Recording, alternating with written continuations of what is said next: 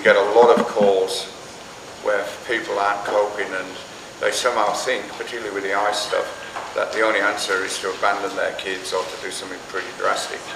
And I think Debbie is living proof that you don't have to do that. You certainly don't have to do that. And our response at FDS to ice is that it's a drug. It's not a demon thing that's been inflicted on us. It's just a drug. And that, you know, of course it causes a lot of problems, and Debbie knows all about that as well. But we want to give people a message of hope and strategy and coping, not despair and the fact that it's going to be the end of the world or the end of their relationship.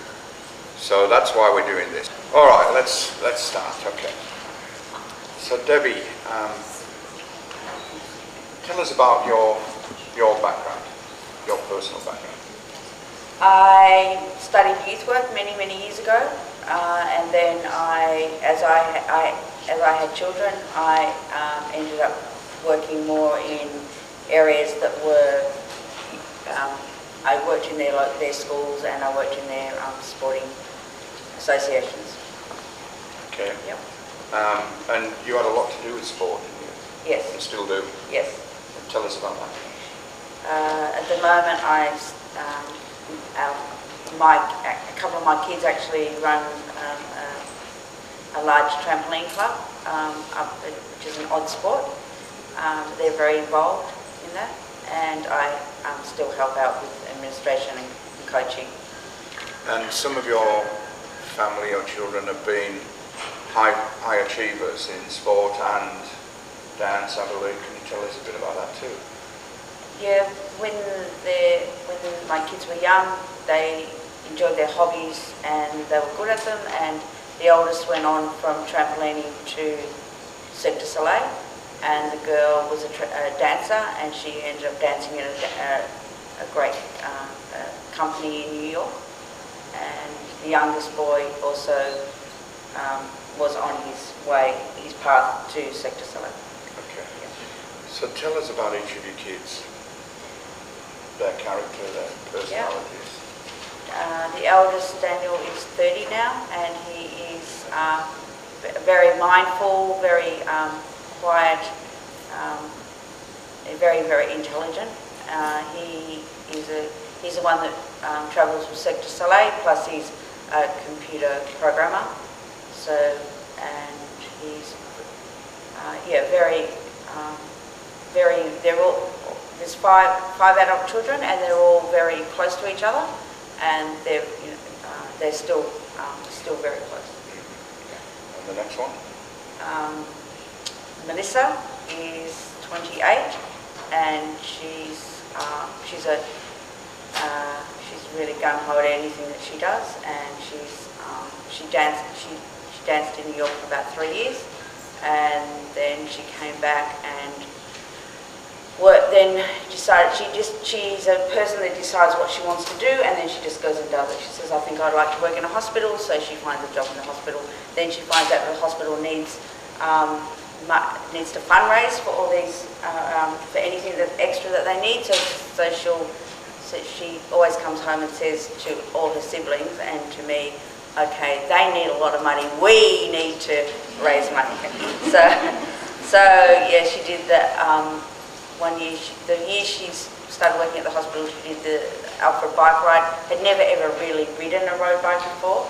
Just thought that it was like some leisurely ride, but it was actually with professional bike riders. But they saw her enthusiasm, and she took off and did that and raised $12,000 in I think 3 or 4 months, running barbecues at the hospital. So that's what type of girl she is. And now and I think because she's had a younger brother who's not that well at the moment, she really focuses in on what she does. So at the moment she bought some apartments, and she's now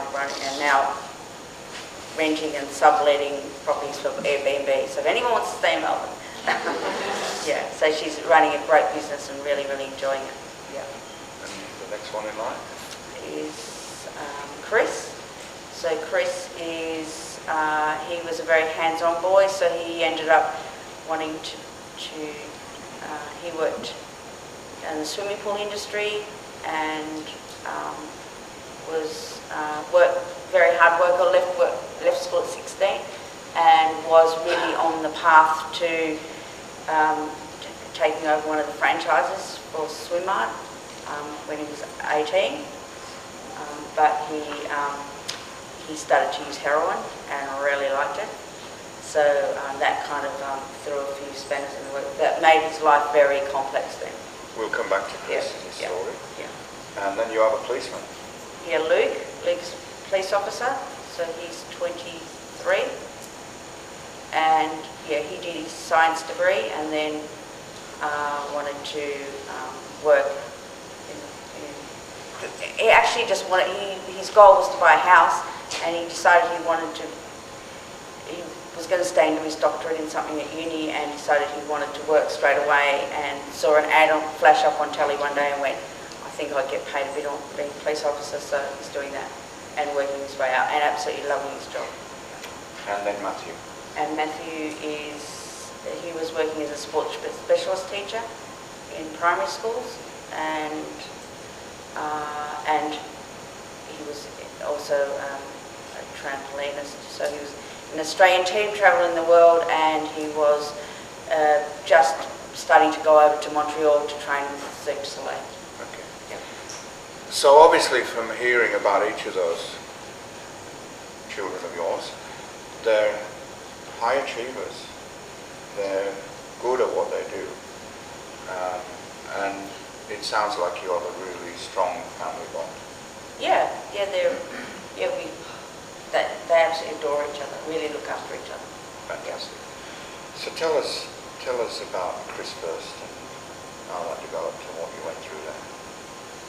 Yeah, so Chris was pretty much just would go out on the weekends with his friends, and they'd party on Saturday nights, and he worked very hard during the week, and his boss had even got to know our family because he would go off camping over the summer holidays, and invited Chris's whole family to come along. So I did get to know his work, his boss quite well. But they'd use a few eckies here and there, a little bit, when they'd go out on a Saturday night, drink a bit of alcohol. Can I ask if you knew about that? Yeah. Yeah? Yeah. They were open about it? Well, when they go out on a Saturday night, I'd know that they would be having a few drinks, and they would talk about doing a few, taking a few things at tablets at dance parties and stuff. What was your reaction to that? It was always mainly watching that they were keeping balanced. That I knew young people would go out and experiment, and if they were with their friends, I would always just be asking questions about their choices, about if they just planning in advance. If you're going to be drinking, are you going to take your car, or who's going to be driving, and just So you were obviously aware of harm minimisation, harm reduction, and that's where you focus. Yeah. Some might say a bit lax about letting them go with their stuff. What's your response to that? Well, we can't keep them locked up. Everybody goes out and and they'll be invited to parties, and they're at parties, and we can't control what they're doing. Even when he'd go with his workmates and his boss down camping and water skiing by the river, there was always alcohol around.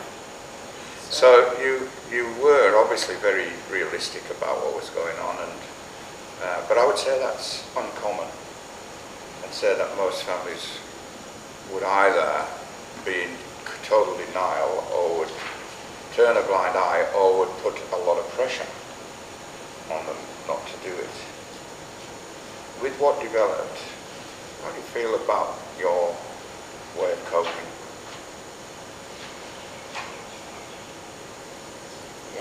It's impossible to because even when I think of my daughter, when she would go to parties and then she would ring me and say there's drugs at the party, come and get me. So I wanted them all to be very open with what they were doing.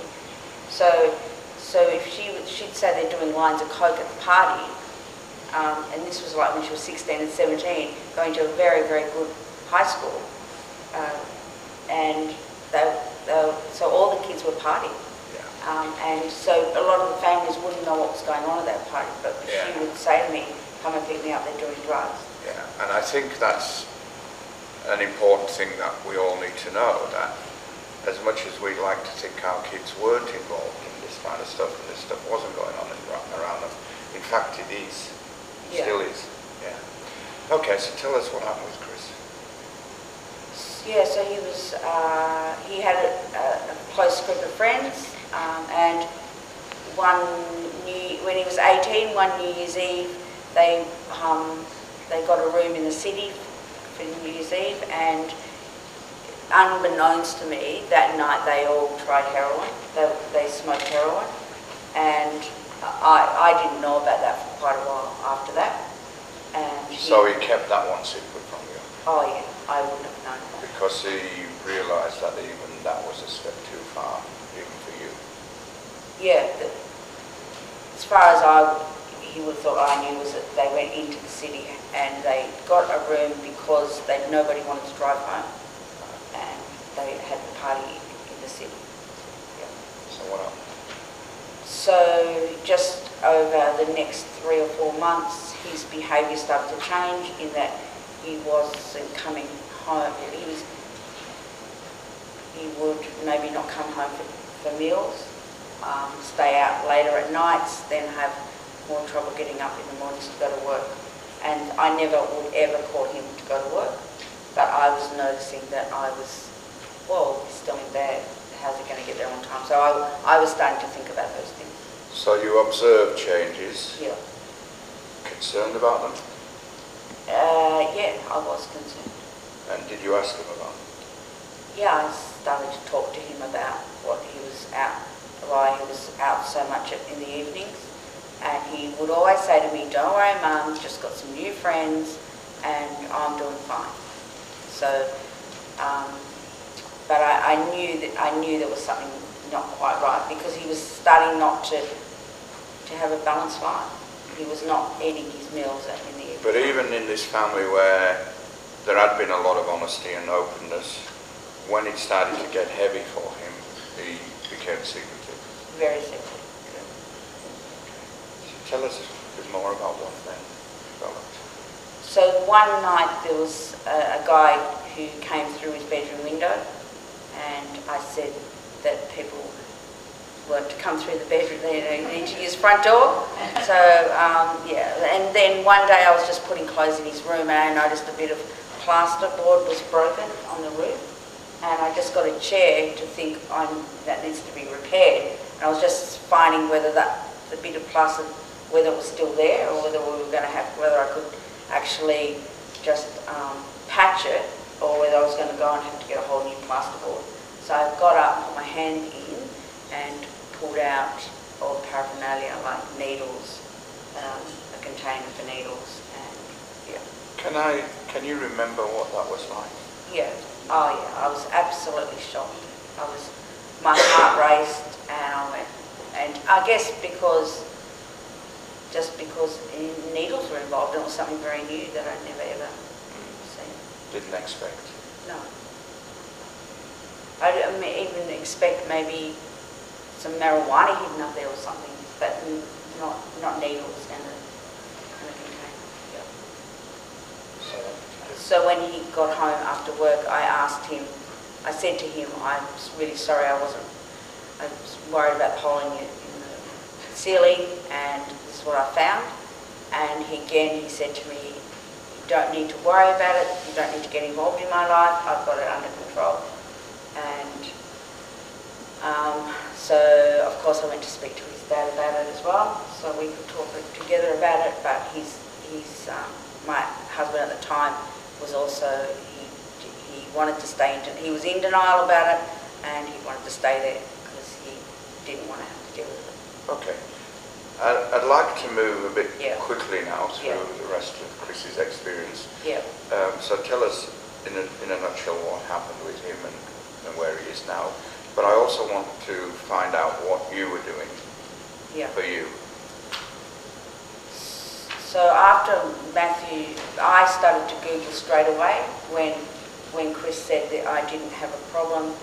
But we were having people come to the house that weren't his normal friends, and then all of a sudden it ended up we were having police raids. We'd be in bed in the morning and our front door would be knocked down, and because he started to get involved in it really heavy, because his use got really huge, really quick, and he needed the money. So he was working full time, out at nights stealing, and by that time he started to he ended up in the court system. So on the weekends he was doing all his community work. So I've never seen anyone work so hard in all my life. He was like, and I was thinking, this drug must be amazing. Who would do that? Like, who would do that? And so It's not normally what you associate with heroin. It's normally the opposite, isn't it? Yeah. It sounds more like ice. Yeah, but he was, but he was nodding off. Like, as soon as he used heroin, he was during his heroin use of time, he was nodding off. Right. So, but he was very, very, he was still trying to maintain his life, and in the end, he just couldn't do it because there was too many court dates, there was too many police raids, and there was too many, his life became really chaotic. He stole from his boss, he lost his job, he worked out very quickly how to steal from shops, and he worked out the quickest way of getting his money, and he did some pretty, just hard to believe what he was doing actually. And then he went to prison a few times, briefly. He ended up in prison up here I remember that's when the remembrance ceremony was on. You were here to visit him in prison and came to the remembrance ceremony. Yeah, that's right. And Mulgoa, I was actually, because he used to steal a lot of things from shops for a very reputable computer company, and then sell them on to them. And there was 3 of them doing it in Melbourne, and the stock got too low because they did every JB High shop, every Dick Smith, every shop out there, and the stock got so low they came to Sydney and do Sydney, and they got caught in Sydney. So it happened to be the week before I was coming to Mulgoa, which was ideal because up here you're very much stricter than down in Victoria, and they actually held him, and so I got to visit him while he was up here. But I got to the point where I would just if a court date came up, I would say, I really left it in his hands. I said, if you need to go to court and you want me to come, give me enough warning. I want to put it in my diary. Just tell me what court you need to be in, what you need. If you need me to do a reference, let me know. So I didn't go and organise him. He organised himself. So he got himself a very good lawyer who he organised with. That still did through legal aid, and he. Tell us now what happened, how he got out of it. It happened. So it was ongoing for I think maybe 8 years, but during that whole time I maintained a very, very close relationship with him because I knew I had no control over what he was doing, no control over what he was using. He never, ever went to any rehabs. He never had a counsellor, but he certainly had a doctor that he had to turn up to every month because in the end he used heroin and methadone, because if he couldn't get his heroin he would use more methadone. So what I did was I normalised everything. So his life was very chaotic, and it was very hard to catch up with him in between everything. So he'd say, I'd say, what are you doing? He'd say, I'm going to the doctor's. I'd go, I'll come down, we'll have coffee at the doctor's. So I took every opportunity I could just to normalise. So in the end, he'd invite me into his doctor's, so I got to know the doctor really well. Because I never ever judged him for what he did, because there was no use. So, in the end, I even forgot he even used heroin. I just forgot it, you know. It was just never ever an issue for me. I know he was dealing at some point, and some of those stories were amazing because he was dealing to people that didn't have a lot of money, and they had $20 here, $20 there. And I remember him saying to me one day, it's really difficult to deal with people that, you know, they've got $20 here and then they owe me $20 and I've got to run around, I've got to see 10 people in one day and I've got to run down to and these, I can't deal with them. And I always said, oh, so how is that for you? I never ever said, so why don't you stop? Because I want it, you know, it's, okay, well, how is that for you? And he goes, I need better customers. So he got better customers, and he got the local principal of the primary school, he got a lady that works at the local council, he got a doctor, so a lot of people use heroin. Heaps of people use heroin, and the way it's cut down, you know, it goes from one person, it's cut again, and it's cut again. And I actually got to see that process. You know, not that I wasn't involved in it at all, but it was. You could have been the grand madam of this. Yeah. It was his business, and in between all this, he's getting pulled into the police station all the time, and his brother's there working there. Tell us about that. You know, and one day, the first day in fact, the first raid we ever had at the house, and they actually broke the door down and came in, it was Luke's first year 12 exam, English exam, and we all got pulled out of bed because we're all suspects, of course, and they haven't just bought one or two cars, they've bought the whole of Victoria, police force had nothing to do that day, so we had them all there, and they can't work out, and of course Chris heard the door bang, and he's out of there. So he heard the door go, and he's out the back door and over the fence, and we're left there. So Luke was only 17, Matthew was 15, so they got pulled out of bed because of course they didn't know who Chris was, and they were just about to handcuff them. And my husband, he was still in denial, he wouldn't even get out of bed. In denial. And so that's denial. And so all I'm thinking about is Luke. I'm thinking, all right, let's keep this as calm as possible for Luke, because he's got an English exam to do. And so and again, I can't do anything about that. That happened, and in the end, we changed our house rules a little bit into the house rules, because you've got to have as few rules as possible when someone's that crazy.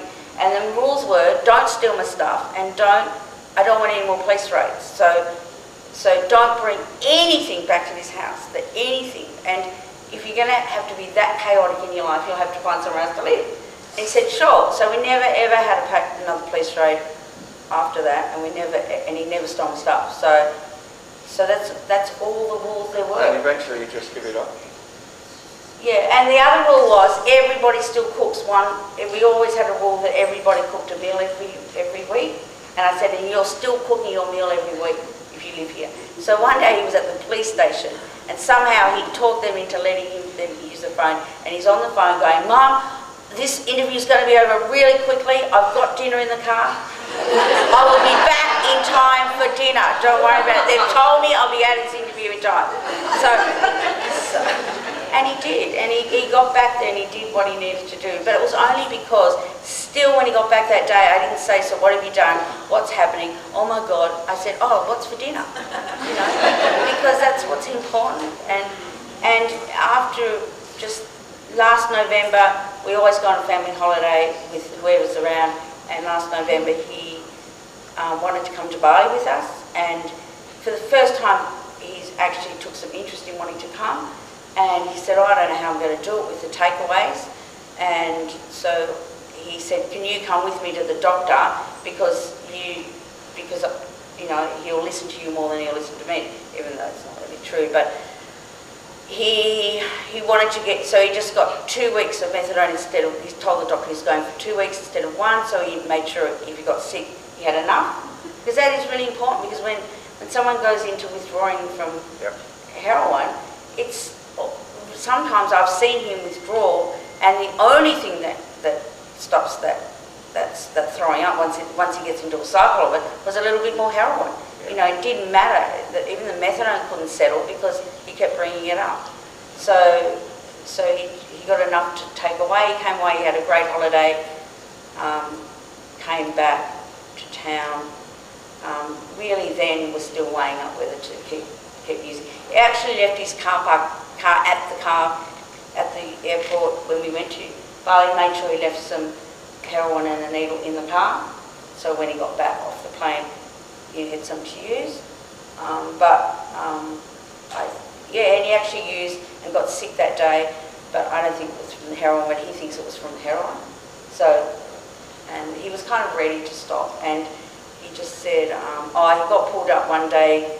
He hadn't done crime for a long time, other than dealing, and, you know, like the stealing crime, and he went to the chemist one day to pick up his methadone, and the 2 cars of detectives pulled him over, and he was like, he could have had stuff in the car and he didn't. He was very lucky, but the thing that got to him was he got out of the car and they made him take his shoes off. They completely stripped the car and they got leaves on his socks, and then when he got back in the car, the leaves got in the car, and then he had the police picking the leaves off his socks. He was saying, "Look what's happened." And then he came home and said, "That is it. It's over." And wherever he had this stuff, he never had anything in the house. So wherever it was, and we live near the beach, so I assume it was buried down the beach somewhere. He was gone. He always took the dog because he always had to have a decoy. So he was gone, and he said it's over, never again. And he obviously got rid of everything, and from that day on he never used again. Okay. Well, I think at this point. Yeah. And for me, it's not really, if he used heroin again tomorrow, I would be, you know, it's no different. I wouldn't be happy or sad. It would be nothing. It's just. Yeah. I think everybody's got an idea now of how you deal with this and how you come to this. Just tell me quickly though what you did between the shock of finding that stuff in the wall and when you started to develop this way of coping. I rang Family Drug Support. So I Googled, found Family Drug Support and rang straight away and got somebody on the line that was absolutely brilliant and actually promoted stepping stones. Now I lived in Melbourne and they said your closest stepping stones, we've got a stepping stones, but it's in Geelong. Is that close to you? And I said, yeah, that's fine, that's great. So that's really important. If they had said to me, we've got stepping stones and it's in Sydney, I would have gone. Yeah. So, and I did, when I did stepping stones, there was somebody who was working at the time at the stepping stones and said, you may be interested in doing volunteer training. So, and I said, oh, okay. When I Googled it and found volunteer training was in Sydney, I got on a plane and came up. So when you're on the phone line, it is really important not to say, well, we only have a support group, we don't have a support group in your area. Because if someone had said to me, no, we've got nothing in your area, I may have hung up the phone and then never gone to stepping stones. You know, and if that person who worked for Family Drug Support who facilitated the group hadn't said to me at stepping stones, oh, we actually have, you may be interested in volunteer training, I wouldn't have done that either. So it was in the promotion that I got on my way, and probably if I hadn't got involved with Family Drug Support, Chris would have been thrown out of the house, and he would have been ostracised from our family. And because I was on every committee in the area, I was on, and I thought if this gets out, what's happening with Chris, I'm dead. Like, how am I going to keep going on these committees? How am I going to be this, you know, how, you know, yeah, so you understand, yeah. And then Matthew. Yeah, Matthew was working really well and doing really well in his work, enjoying his work. Always quite a child who always did have some anxiety issues in his life, always worried about things that you couldn't even imagine. But he was around 18, 19. He never used drugs or alcohol before he was 18, mainly because he saw what happened with Chris, and also because he was very into sport and didn't want to, and always used that when he went to parties. I don't drink or take drugs because it was my sport, but he did.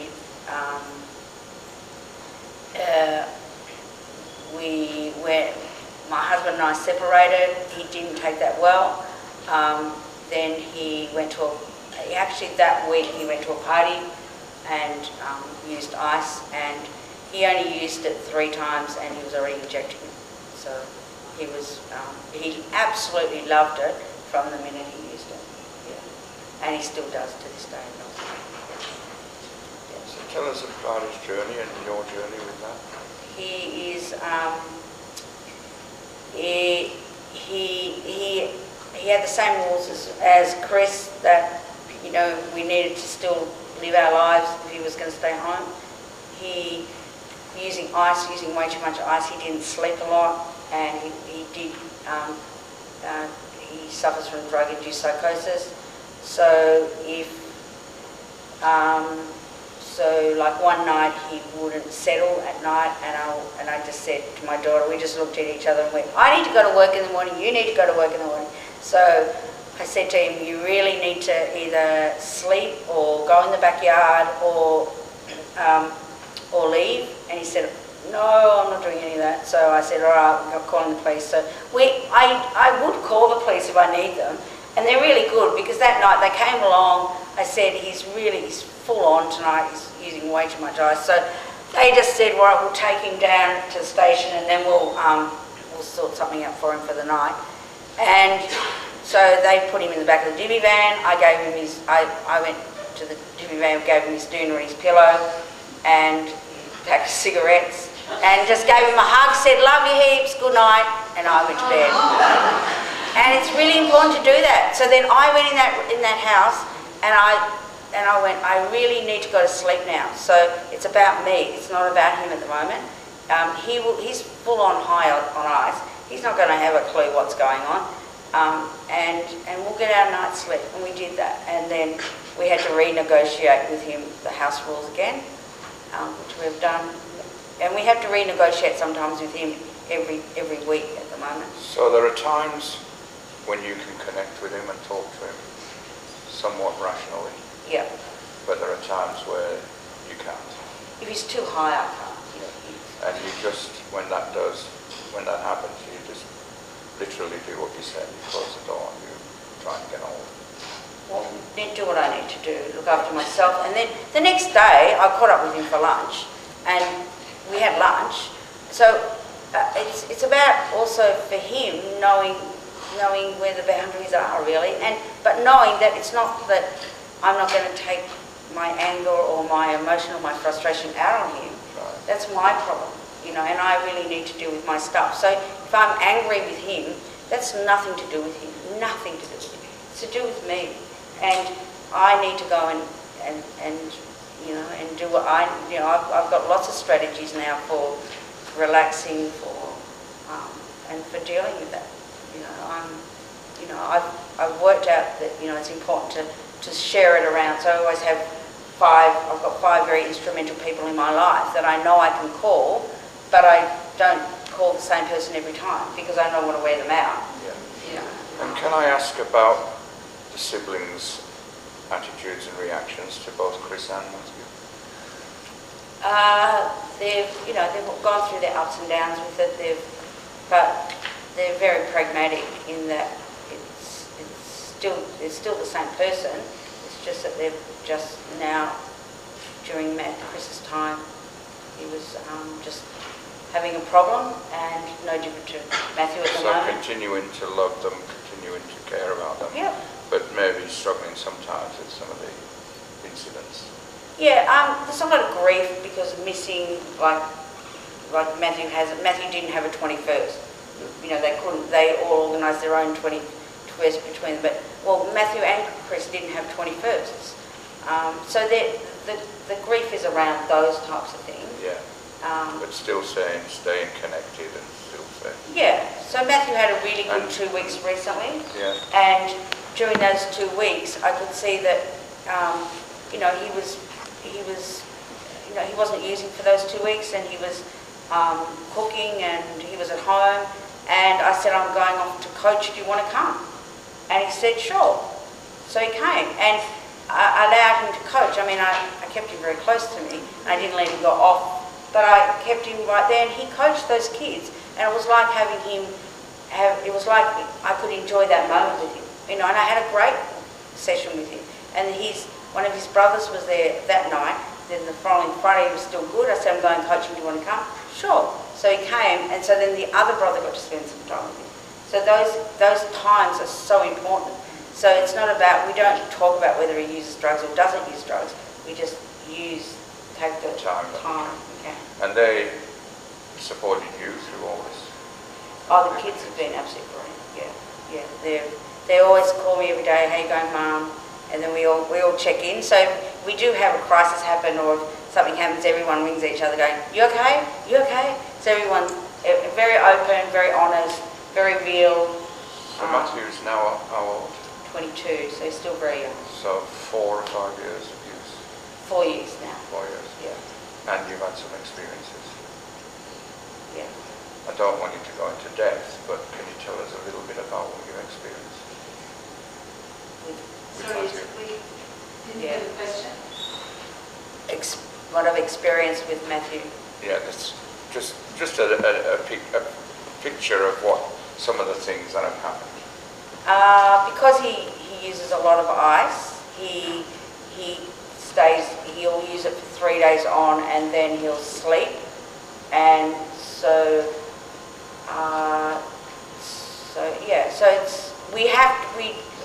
there's no hard and fast rules with him. We just have to. Just recently he was using a lot, so he went out and used crisis accommodation for a little while, and which is kind of really challenging. But at the same time, I've got to go, all right, that's where he lives at the moment, and this is where I live at the moment, and so I would still catch up with him for a quick coffee here and there, call in if he's got he's really complicated his life, because in the middle of it all he's got HIV, Hep C, he's got something going with his heart at the moment. His life is becoming very complex.